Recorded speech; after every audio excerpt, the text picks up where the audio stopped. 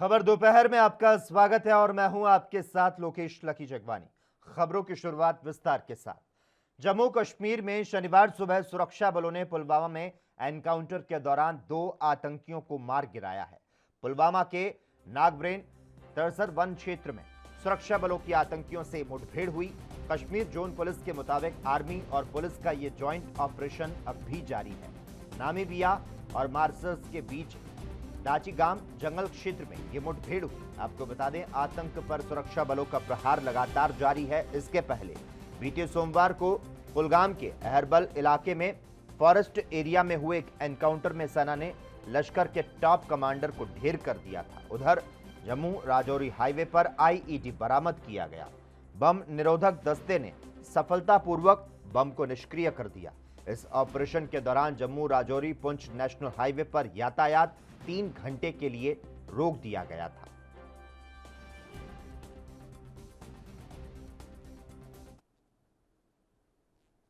राष्ट्रीय जांच एजेंसी ने जम्मू कश्मीर में कई स्थानों पर छापेमारी की। शनिवार सुबह जम्मू, रामबन और कश्मीर सहित करीब 14 स्थानों पर एनआईए ने छापे मारे। टेरर फंडिंग के मामले में एनआईए ने यह कार्रवाई की है। महत्वपूर्ण सबूत मिलने के बाद एनआईए की टीमों ने आतंकी फंडिंग के तौर तरीकों का भंडाफोड़ करने के लिए छापेमारी शुरू की। गौरतलब है कि एनआईए कश्मीर में आतंकियों को हथियार सप्लाई करने के आरोप में बिहार से 2 आरोपियों को पहले गिरफ्तार कर चुकी है। इसके अलावा पहले से गिरफ्तार एक आतंकवादी के आवास पर अधिकारियों ने छापा मारा। ये छापे लश्कर-ए-तैयबा के आतंकी संगठन से संबंधित है, क्योंकि पिछले हफ्ते एनआईए ने संप्रभुता को खतरे में डालने के इरादे से जम्मू कश्मीर में आतंकवादी गतिविधियों को अंजाम देने की साजिश में शामिल होने के आरोप में आतंकवादी संगठन के 2 सदस्यों को गिरफ्तार किया था।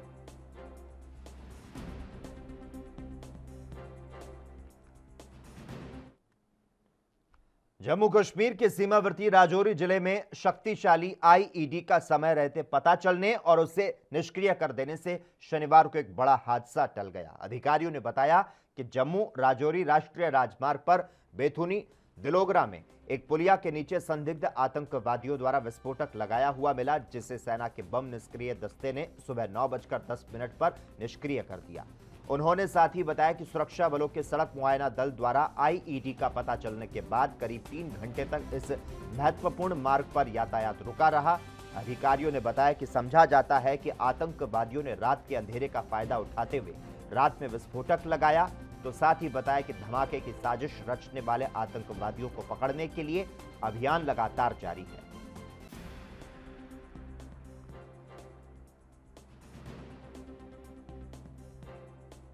सुबह आज एक आर्मी वालों ने जो बम जो देखा, उन्होंने उसको मतलब बड़ा जल्दी एक्शन किया है, और जो यहाँ की अपना एडमिनिस्ट्रेशन है उन्होंने भी बहुत जल्दी एक्शन लिया है। और साथ में जो अपना हमारी मार्केट्स पूरी क्लोज कर दी थी, और जो गाड़ी जम्मू से आने वाली थी, पुंछ से आने वाली थी, वो सारी आगे पीछे करके उनको साइड में करके और उन्होंने उसको डिस्ट्रीब्यूट कर दिया है। जी सर, बड़ा हादसा सर, बहुत बड़ा सर हादसा होने वाला था सर, लेकिन उस हादसे से हम जो है मुक्त हो गए। जी सर। तो कितना आर्मी बड़ा हादसा था, बहुत बड़ा शुक्रिया हम अदा करते हैं आर्मी का और पुलिस का, क्योंकि टाइम से पता लग गया। यहाँ पर मार्केट है, बहुत बड़ी मार्केट है, आर्मी का कैंप भी है और फॉरेस्ट का दफ्तर भी है, तो इसलिए बहुत बड़ा नुकसान हो सकता था। यहाँ पे बहुत बड़ा हादसा हो सकता था इधर और सुबह के टाइम। तो आर्मी ने बहुत एक्शन करके गाड़ियाँ बंद कर दी इधर उधर की, तो इसलिए पकड़ के वो उसको कर दिया, खत्म कर दिया सिस्टम। हाँ, क्या नाम है आपका? मेरा नाम हाजी मोहम्मद लतीफ। असम मिजोरम सीमा विवाद थमने का नाम नहीं ले रहा। अब मिजोरम में असम के मुख्यमंत्री हिमंता बिस्वा शर्मा के खिलाफ एफआईआर दर्ज की गई। यह मामला कोलासिब में दर्ज किया गया। इसके पहले दोनों राज्यों की पुलिस ने एक दूसरे के अफसरों को समन जारी किया। मिजोरम पुलिस ने असम के सीएम के खिलाफ 26 जुलाई को हुई झड़प को लेकर हत्या का प्रयास, आपराधिक साजिश के आरोप में मामला दर्ज किया। हिमंता बिस्वा शर्मा के अलावा मिजोरम पुलिस ने असम के 4 पुलिस अफसरों और 2 नौकरशाहों के नाम एफआईआर में शामिल किए। इसके अलावा 200 अज्ञात पुलिस कर्मियों के नाम मामला दर्ज किया गया। इस मसले पर असम सरकार में मंत्री अशोक सिंघल ने अपनी प्रतिक्रिया दी।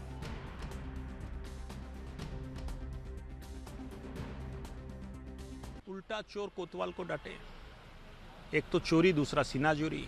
हमारे लोगों को मारा, हमारी ज़मीन में हमारे लोग थे, हमारे लोगों को 6 पुलिस वालों को LMG से मारा, और अब हमारे लोगों के ऊपर, हमारे मुख्यमंत्री के ऊपर FIR कर रहे हैं, पुलिस के सीनियर लोगों के ऊपर FIR कर रहे हैं। तो इन्होंने ठीक किया है, मिज़ोरम की सरकार ने ठीक किया है कि हम कॉन्स्टिट्यूशन को नहीं मानेंगे, हम किसी भी न्याय संगत बात को नहीं मानेंगे, और वो जिस तरह से आचरण कर रहे हैं उससे माने 2 राज्यों के बीच में रिश्ते खराब होने वाले, अच्छे होने वाले नहीं हैं।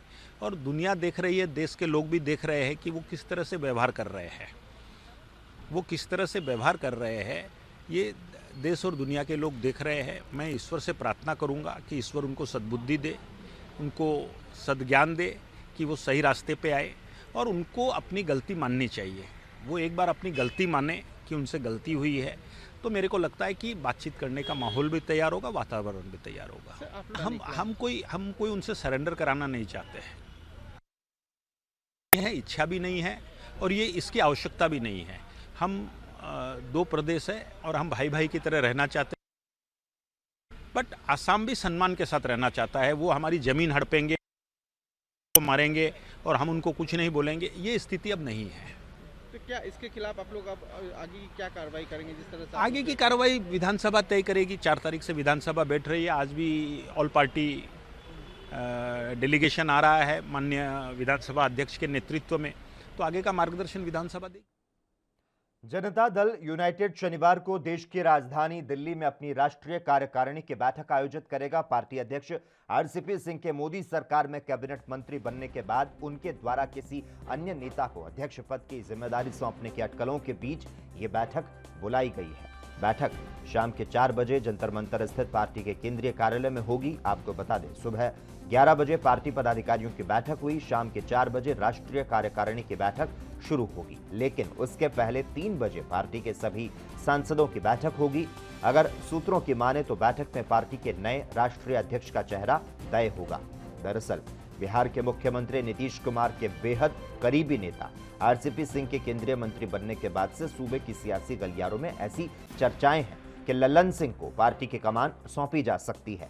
इस पद के लिए पार्टी के संसदीय बोर्ड के अध्यक्ष और पूर्व केंद्रीय मंत्री उपेंद्र कुशवाहा प्रबल उम्मीदवार बताए जा रहे हैं।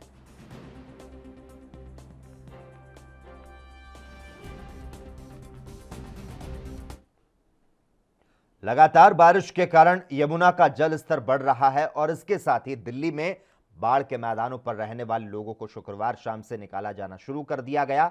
सिंचाई और बाढ़ नियंत्रण विभाग के अधिकारियों ने कहा कि शाम 7 बजे पुराने रेलवे ब्रिज पर मापा गया यमुना का स्तर 205.56 मीटर था, जो 205.32 मीटर के बाढ़ चेतावनी चिन्ह से ऊपर है।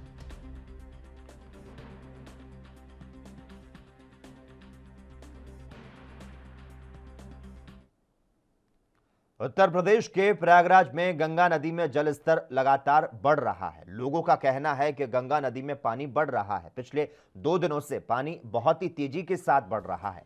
पानी बढ़ने से गंगा किनारे रहने वाले लोग अपना सामान लेकर सुरक्षित जगहों की तरफ जा रहे हैं।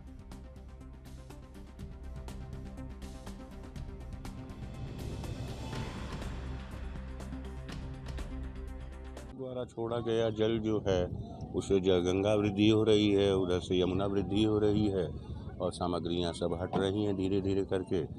इस स्थल से पलायन हो रहा है और जल स्तर दोनों बढ़ रहा है। करीब कल 12:30 बजे रात से जो है 3 फीट बढ़ चुका है। हाँ, काफ़ी तेजी स्तर से बढ़ रहा है जल।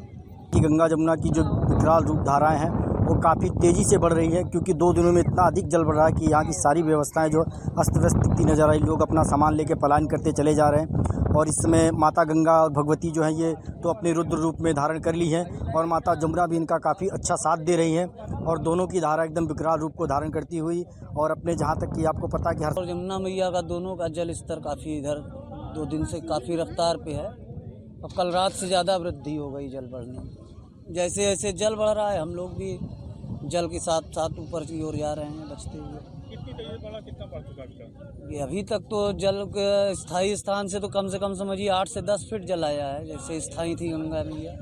और आज कल से आज तक में कम से कम 1.5 से 2 फीट जल आज भी आया है। रात में काफ़ी जल आ गया कल से। अब तो आगे बढ़ना है, अब तो बढ़ना है। खबरों का सिलसिला लगातार जारी है। यहां वक्त है एक छोटे से ब्रेक का।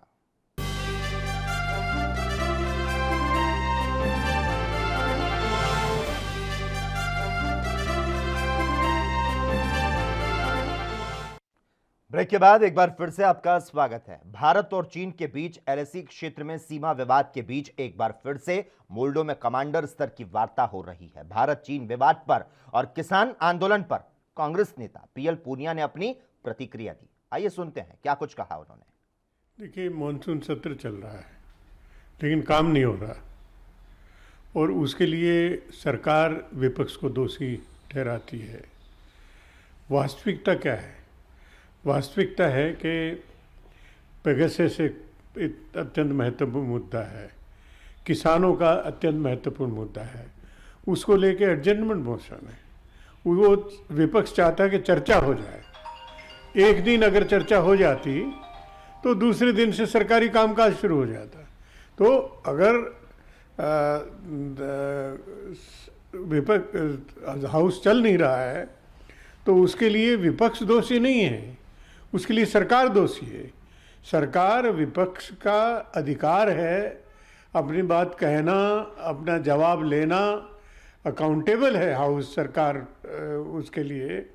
तो उस काम में बाधा उत्पन्न कर रही है, तो ये सरकार दोषी है। और वेंकैया नायडू साहब चेयरमैन राज्यसभा के द्वारा कहना कि ये नींव लो है, और मैं समझता हूँ कि उनको याद होगा जब यूपीए सरकार थी 2010-2012 पूरा विंटर सेशन वॉश आउट करा दिया गया था भारतीय जनता पार्टी के द्वारा। तो वो भी याद रखें, ये विपक्ष का अधिकार है अपनी बात कहना, सरकार से जवाब लेना। और अगर सरकार नहीं दे रही है तो चुपचाप बैठे रहेंगे, कुछ बोलेंगे भी नहीं। तो विपक्ष अपनी जगह पूरी तरह ठीक है, अगर दोषी है तो सरकार दोषी। देखिए, असम और मिजोरम के बीच में जो तनातनी चल रही है वो बड़ी दुर्भाग्यपूर्ण है, ये कहा जाए। और एक टकराव की स्थिति पैदा हो गई है। एक तरफ आसाम में एफआईआर दर्ज है जो मिजोरम के राज्यसभा सांसद के, उन्होंने भड़काऊ बयान दिया जिसकी वजह से ये सब पूरा हुआ। तरफ अब मिजोरम सरकार ने मुख्यमंत्री और 6 वरिष्ठ पुलिस अधिकारियों के खिलाफ दर्ज की है। ये अत्यंत दुर्भाग्यपूर्ण है। दोनों जगह एनडीए की सरकार है और गृह मंत्री को इस बात की कोई चिंता नहीं है। एक तात्कालिक टकराव को रोकने के लिए बीच में एक पैरामिलिट्री फोर्स लगा दी गई है, लेकिन वो पर्याप्त नहीं है। उसका परमानेंट सॉल्यूशन। खबरों का सिलसिला लगातार जारी है। यहां वक्त है एक छोटे से ब्रेक का।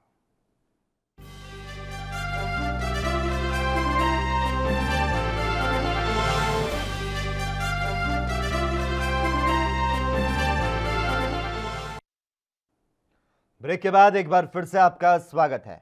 उत्तर प्रदेश के 2022 के चुनाव को देखते हुए सभी राजनीतिक दल एक्टिव हैं। आरपीआई के राष्ट्रीय अध्यक्ष केंद्रीय मंत्री रामदास अठावले उत्तर प्रदेश की राजधानी लखनऊ में हैं। केंद्रीय सामाजिक न्याय एवं अधिकारिता के साथ उत्तर प्रदेश के अधिकारियों के साथ समीक्षा बैठक की और इस दौरान उन्होंने क्या कुछ कहा, सुनते हैं।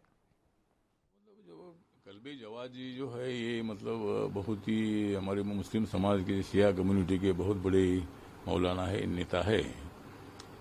और उनकी भूमिका ये है कि भाई नरेंद्र मोदी जी की जो भूमिका है, योगी आदित्यनाथ जी की जो भूमिका है, इस भूमिका का इसलिए समर्थन करना चाहिए, उसमें ही मुस्लिम समाज का फायदा है।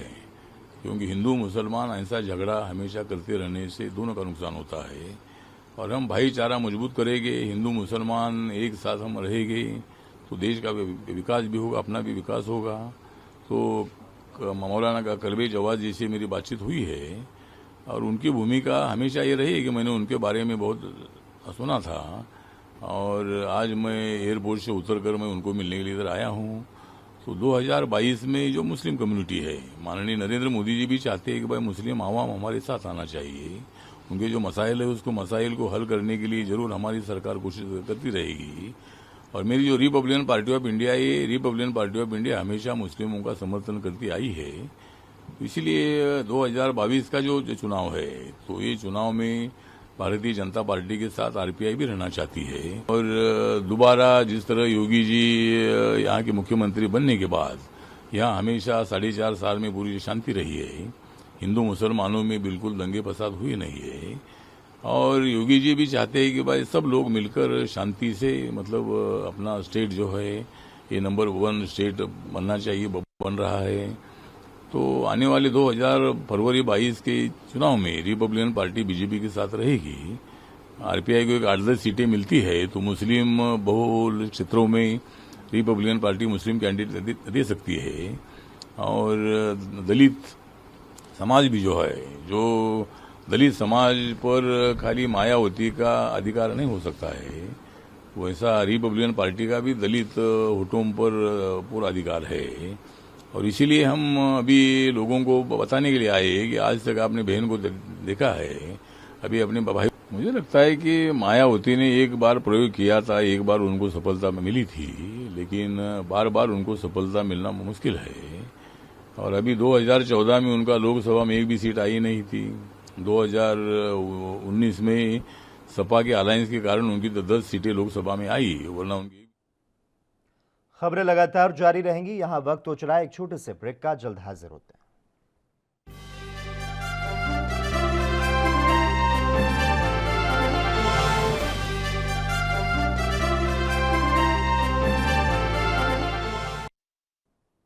ब्रेक के बाद एक बार फिर से आपका स्वागत है। खबरों में आगे बढ़ते हैं। गोवा में एक समुद्र तट पर 2 नाबालिग लड़कियों के साथ कथित सामूहिक दुष्कर्म के मामले पर मुख्यमंत्री प्रमोद सावंत ने राज्य विधानसभा में एक विवादित टिप्पणी की। अब मुख्यमंत्री उस टिप्पणी के लिए विपक्ष की आलोचनाओं का सामना कर रहे हैं। सावंत ने कथित तौर पर कहा कि माता पिता को यह आत्ममंथन करने की जरूरत है कि उनके बच्चे रात में इतनी देर तक समुद्र तट पर क्यों थे। अब इसी पर भारतीय जनता पार्टी नेता चित्रा बाग ने प्रतिक्रिया देते हुए सीएम को सही ठहराया। जो घटना गोवा में हुई है 14 साल की बच्चियों के साथ हुई है, जो बहुत ही वेदनादायी है। किसी के बच्चों के साथ इस प्रकार की घटना ना हो, इसलिए सभी ने सतर्क रहना बहुत ज़्यादा ज़रूरी है। कल जो बात गोवा के सीएम साहब ने कही, उसके ऊपर आज उन्होंने उनकी विधानसभा में इस बार का जो स्पष्टीकरण दिया है, उसका ट्वीट मैंने मेरे ट्विटर हैंडल पे भी रिट्वीट किया हुआ है। और उन्होंने ये बात रखी है कि वो जिस प्रकार से हम महाराष्ट्र में हम कहते हैं कि हमारे कुटुंब प्रमुख हैं, मतलब महाराष्ट्र के फैमिली के प्रमुख हैं, वैसे वो गोवा राज्य के वहाँ के फैमिली के प्रमुख हैं। एक पिता होने के नाते उन्होंने ये भी कहा कि मुझे भी छोटी बच्चियाँ हैं और एक पिता होने के नाते ये अपना कर्तव्य बनता है, बच्ची हो या बच्चा हो, लड़का हो या लड़की हो, इतने रात कहाँ जाते हैं कहाँ नहीं जाते, इसके ऊपर अपने जो पालक है, जो माता पिता है, उन्होंने भी ध्यान रखना ज़रूरी है। मुझे लगता है कि एक पिता की भूमिका से उन्होंने जो ये भूमिका वहाँ पे रखी है वो बिल्कुल सही है, क्योंकि मैं भी एक माँ हूँ, मुझे भी बेटा है, वो भी 23 साल का है, लेकिन आज भी वो नहीं आता तब तक हम सो नहीं पाते। और ये तो हर यहाँ की क्यों, पूरे देश की, पूरी दुनिया की जितनी माताएं हैं वो सारे अपने बच्चों के प्रति जो है वो। दूसरी बात कि वो गोवा के मुख्यमंत्री भी है। हाँ, अगर मुख्यमंत्री रहते हुए उन्होंने सिर्फ ये बात कह के छोड़ दी और इस बात को जाने दिया, ऐसे हुआ है, एफआईआर हुआ है, पॉक्सो लगा है, जो लड़के थे वो पकड़े गए हैं और उनके ऊपर कानूनी कार्रवाई भी होगी। तो इस प्रकार से उन्होंने एक पिता की भी भूमिका वहाँ पे रखी है और एक मुख्यमंत्री का कर्तव्य भी वहाँ पे निभाया है। ऐसा तो नहीं हुआ कि यहाँ पे बलात्कार हम कह रहे हैं फिर भी उसके ऊपर कोई कार्रवाई नहीं होती। आपने देखा कि एफआईआर होने के लिए हमें महाराष्ट्र में कोर्ट में जाना पड़ रहा है। एफआईआर होने के बावजूद भी 376 मतलब बलात्कार का आरोपी खुलेआम घूम रहा है महाराष्ट्र में, और पुलिस जो है वो बेसब्री लेने में लगी हुई है। ऐसा तो नहीं हुआ गोवा में। तो ये बात भाजपा शासित प्रदेश की हो या कांग्रेस शासित प्रदेश की हो, कोई भी सरकार, किसी की भी सरकार हो, लेकिन अगर बच्चियों के मामले में, महिलाओं के मामले में इस प्रकार की घटना हो और वहाँ की सरकार अगर दुर्लक्ष्य करती है तो ये बहुत गंभीर बात है। 14 साल के बच्चे हो या बच्ची हो, उनके पिता, माता पिता जो है अपने बच्चे कहाँ जाते हैं कहाँ नहीं जाते हैं इसका ध्यान रखना माता पिता का तो वैसे ही काम है। और ऐसे बच्चे, अपने छोटे बच्चे अगर इतने दिन, ये घटना कोई 3-4 बजे की नहीं है, ये देर रात की है, और अभी भी अगर बच्चे घर नहीं आते तो माँ बाप को नींद कैसे आती है। ये एक माँ होने के नाते मैं कह रही हूँ, और मुझे इसलिए लगता है कि एक मुख्यमंत्री होने का कर्तव्य जो है वो उन्होंने वहाँ पे निभाया हुआ है। वहाँ पे भाजपा नहीं होते और कोई मुख्यमंत्री होते तो भी हमारा बयान यही होता, क्योंकि हम इन घटनाओं को राजनीति में नहीं बांटते। ये राजनीतिक मुद्दा नहीं है, ये सामाजिक मुद्दा है। और ये जो विकृत भी आते हैं, ये कहाँ कोई मंगल ग्रह से थोड़ी आते हैं, वो भी हमारे सोसाइटी से आते हैं। तभी हमने भी अपने बच्चों का ध्यान रखना चाहिए। अगर ऐसे कोई कुटुंब प्रमुख कहता है, फैमिली हेड कहता है, तो उसमें। बुलेटिन में यहां वक्त हो चला एक छोटे से ब्रेक का, जल्द हाजिर होते हैं।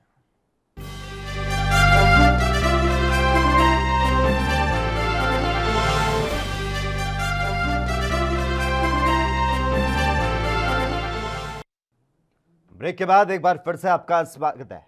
आरजेडी सांसद मनोज झा ने ममता बनर्जी के दिल्ली दौरे पर अपनी राय को प्रकट किया। इसके अलावा मॉनसून सत्र पर भी मनोज झा ने बोलते हुए सरकार से विपक्षी दलों की मांग पर गौर करने के लिए कहा। आइए सुनते हैं क्या कुछ कहा उन्होंने। एक अभी भी आप संसद में भी अगर देख लें कि जिस तरह से बैठकें हो रही हैं साझा विपक्ष की, बल्कि ऐसे भी दल जो आमतौर पर सत्ता पक्ष के साथ खड़े होते थे, अब उनके अंदर भी थोड़ी बहुत एक चर्निंग शुरू हुई है। जाहिर तौर पर ममता जी कई लोगों से मिली और अलग अलग मुलाकातों का दौर भी चल रहा है। मैं समझता हूं कि सबसे जो देश में एक बदहाली की स्थिति है, उसमें विपक्ष के सामने एजेंडा तो लोगों ने तय कर दिया, अब उस एजेंडे पे काम करना है। दो चीजें हमें हमेशा स्मरण रखना चाहिए, क्योंकि ये बातें हमने सदन में भी रखी हैं, कि जो हमारे जवान हैं, जो विपरीत परिस्थितियों में भी पूरी प्रतिबद्धता के साथ अपनी जान की कीमत पर सरहद के एक एक मिट्टी के कण की रक्षा करते हैं, लेकिन वो तेवर और वो जज्बा मैं उन कॉरिडोर्स में नहीं देखता हूं जहां से डिप्लोमेसी तय होती है। वहां डिप्लोमेटिक जो कॉरिडोर्स हैं वो ट्रायल बैलून वाली अवस्थिति से, उस मेंटल स्टेट से नहीं निकल पा रहे हैं, और ये हमारे लिए चिंता का सबब होना चाहिए और चिंतन का विषय होना चाहिए। ये मुझे चिंतित करती है कि हिंदुस्तान के नागरिक के रूप में हमने ऐसी चीजों की परिकल्पना नहीं की है। मैं तमाम उन लोगों से जो नए भारत का सृजन कर रहे थे, उनसे हाथ जोड़ के विनती कर रहा हूं, क्या इस नए भारत की नींव आप रख रहे थे, इसकी परिकल्पना कर रहे थे? पहले देखा ईडी बनाम ईडी, सीबीआई बनाम सीबीआई, और अब ये क्या देख रहे हैं? ऐसा कभी हुआ? जो एडवाइजरी जारी हो रही है एक राज्य दूसरे राज्य के लिए, वो लगता है जो एक देश और दूसरे देश के बीच में जो एडवाइजरी होती थी, उस तरह की एडवाइजरी जारी हो रही है। मैं समझता हूं ये सबके मिल बैठ करके, क्योंकि आसाम मिजोरम दोनों हमारे जिगर के टुकड़े हैं। अगर वहां ऐसी परिस्थिति पैदा होती है कि एक राज्य के मुख्यमंत्री पर दूसरा राज्य एफआईआर करे, एक राज्य के असम के लोग मिजोरम के अधिकारियों और वरिष्ठ नेताओं पर अगर एफआईआर कर रहे हैं ना, तो ये एफआईआर भारत की सोच पे है, भारत की संकल्पना पे है, जिसे हम आइडिया ऑफ इंडिया कहते हैं। कृपया पुराना वाला भारत लौटा दीजिए हमें ये आपका ये नया वाला नहीं चाहिए। ठीक है, जो एक चिंता का विषय तो होता है, जब कभी केसेस बढ़ते हैं तो हम सब ने भुगता है। 1.25 महीने 10 अप्रैल से लेके 20 मई तकरीबन 22 मई पूरे देश ने एक दुख स्वप्न की तरह अभी भी आता है। तो मैं समझता हूं कि केरल को फौरी तौर पर तमाम वो व्यवस्थाएं पुख्ता करते हुए जो भी मैं समझता हूं एहतियात लेने चाहिए वो लेने चाहिए, कोई ढिलाई नहीं। वैक्सीनेशन को टोन अप करना होगा और उसमें केंद्र को मैं समझता हूं हर तरह का सहयोग हर स्तर पर करना चाहिए।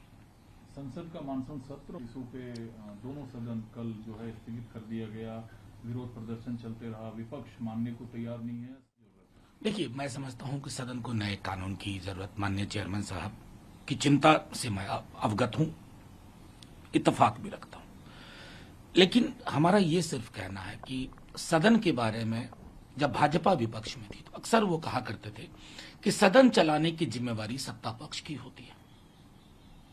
It's in the hands of the ruling party to conduct the house, to make it smooth. आपने क्या किया? माई वे और हाईवे। सिर्फ पेगासस नहीं है, पेगासस को सिर्फ एक स्टेटमेंट की चीज नहीं बनाई जा सकती ना। The scale and extent of अगर हम देखें हैकिंग, स्नूपिंग, तो ये सबके लिए चिंता का विषय होना चाहिए। बीजेपी के साथियों के लिए भी, क्योंकि उनके भी नाम है, संघ के लोगों के लिए भी, जजेस के नाम है, हमारे सिक्योरिटी फोर्सेस तक के नाम है, पॉलिटिशियंस के नाम है, जर्नलिस्ट के नाम है। चर्चा हो जाए। अगर सरकार कहती है कि नॉन इश्यू है, आप जीत जाएंगे ना चर्चा के बाद, आपकी बात रह जाएगी कि चर्चा क्यों ना हो। दूसरी बात, फॉर्म लॉज पे कहते हैं हम चर्चा करेंगे, लेकिन कानून वापस नहीं होगा। ये कहीं से तर्क संगत है, इतिहास संगत है? अगर मानसून सत्र में कुछ प्रोडक्टिव नहीं होता है तो कितनों ये मीडिया मैनेज कर ले। हेडलाइन खबरों का सिलसिला लगातार जारी है। हम रुकते हैं एक छोटे से ब्रेक के लिए।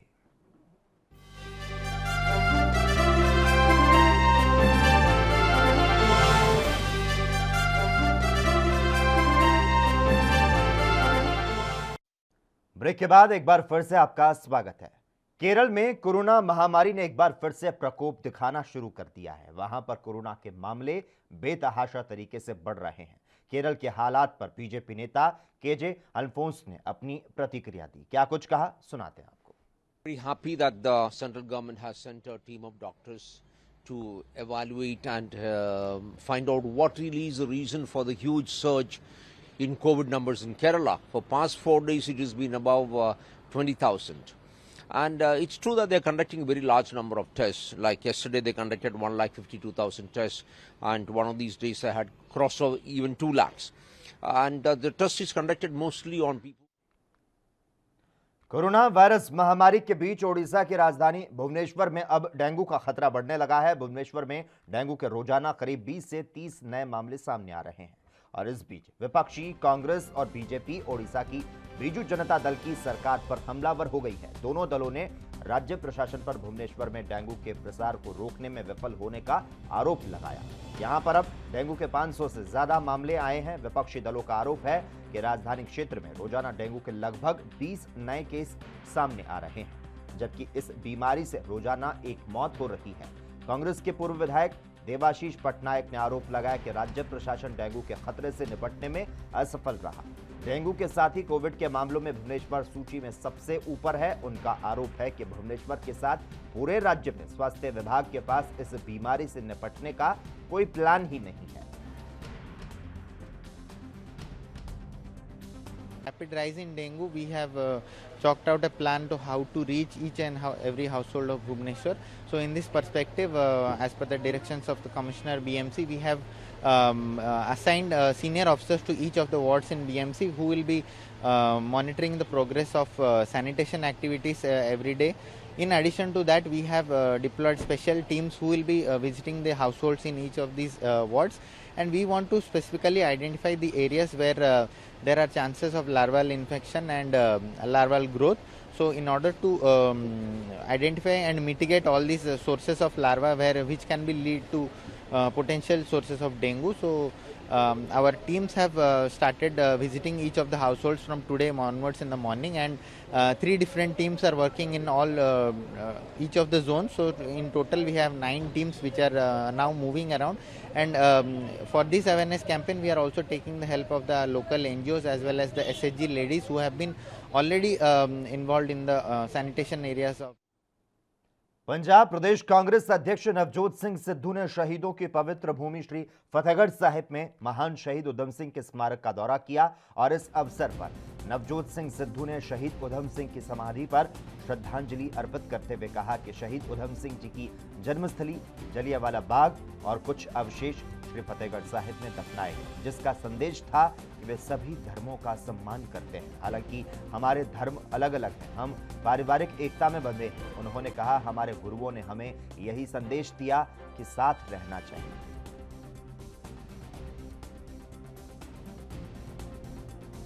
तो आपको बता दें, नवजोत सिंह सिद्धू आज फतेहगढ़ साहिब जिले में पहुंचे।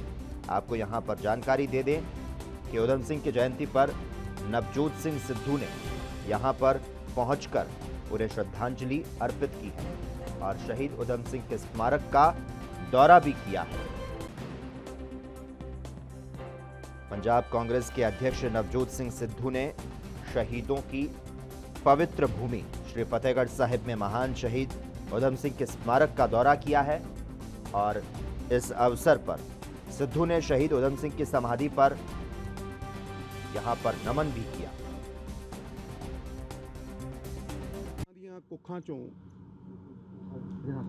ਇਨਸਾਨ ਪੈਦਾ ਹੁੰਦੇ ਆ, ਲੇਕਿਨ ਯੁਗਾਂ 'ਚ ਇੱਕ ਵਾਰ ਕੋਈ ਮਾਂ ਕਿਸੇ ਯੁੱਗ ਪੁਰਸ਼ ਨੂੰ ਜਨਮ ਦਿੰਦੀ ਹੈ, ਜਿਹੜਾ ਸੰਸਥਾ ਸਰੂਪ ਹੋ ਕੇ ਕੌਮ ਨੂੰ, ਮਾਨਵਤਾ ਨੂੰ ਸੇਧ ਦਿੰਦਾ।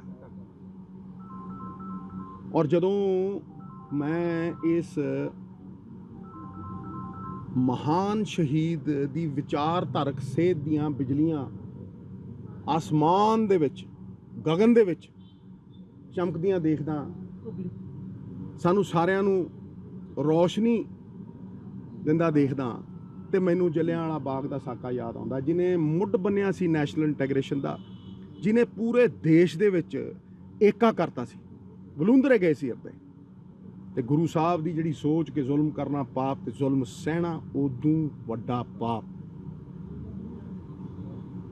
ਮਹਾਨ ਸਰਮਾਏ ਕੌਮ ਦੇ ਸ਼ਹੀਦ ਉਧਮ ਸਿੰਘ ਨੇ ਜ਼ਾਲਿਮ ਦਾ ਵਿਨਾਸ਼ ਕੀਤਾ, ਸੰਹਾਰ ਕੀਤਾ, ਸੰਕੇਤ ਦਿੱਤਾ ਕਿ ਅਸੀਂ ਜ਼ੁਲਮ ਦੇ ਖਿਲਾਫ ਕਦੇ ਝੁਕਦੇ ਨਹੀਂ। और इसी के साथ खबर दोपहर में बस इतना ही। देश और दुनिया की तमाम अहम खबरों के लिए लगातार आप देखते रहिए ANP न्यूज़।